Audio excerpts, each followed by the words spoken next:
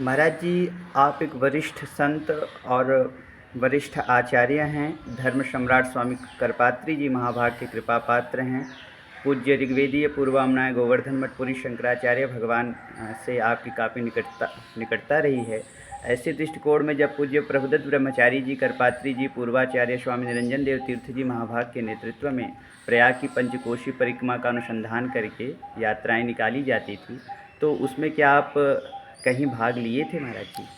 हमने केवल दर्शन और श्रवण इन सब कार्यों से जुड़े थे, तो परिक्रमा में तो नहीं गए, लेकिन परिक्रमा का स्वागत, परिक्रमा के संबंध में समर्पण भाव बना था और विद्यार्थी जीवन था, इसलिए उन कार्यों में उत्साह और उत्कर्ष बढ़ाने की योग्यता न होने पर भी उसमें भाग लेते थे।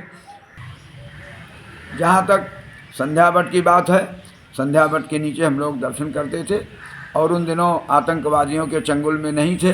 वहाँ जाकर बैठते थे, संध्या करते थे, भगवान सूर्य को प्रणाम करते थे, अर्घ्य देते थे, गायत्री भगवती का अनुष्ठान छोटा मोटा हम लोग किया करा करते थे।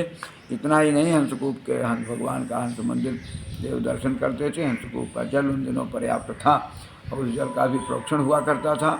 कोई न कोई पुजारी वृद्ध पड़े रहते थे जो उनकी भी जीविका भगवान की कृपा से चलती थी।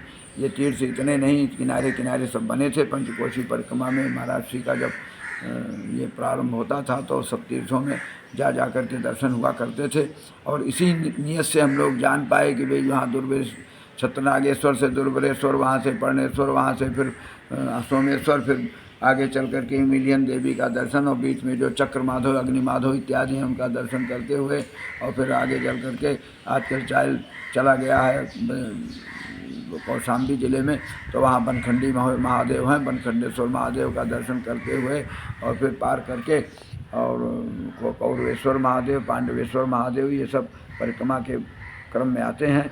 तो इन सब की परिक्रमा हुआ करती थी और हम लोग उत्साह देते थे और उत्साह भरते थे कि अच्छा ऐसी परिक्रमा हो। टीकर माफी के ब्रह्मचारी जी भी एक बार परिक्रमा कराए थे, पर यह परिक्रमा का क्रम अब हमारे ये जो ब्रह्मचारी हैं जिन्होंने हमसे प्रश्न किया है, ये क्या नाम, दिनों प्रयाग पंचकोशी परिक्रमा में 9वें दिन अंत में तमाम संत महात्मा यहाँ विश्राम करते थे और यहीं पर भजन पूजन करके, स्नान करके और परिक्रमा को विराम देते थे।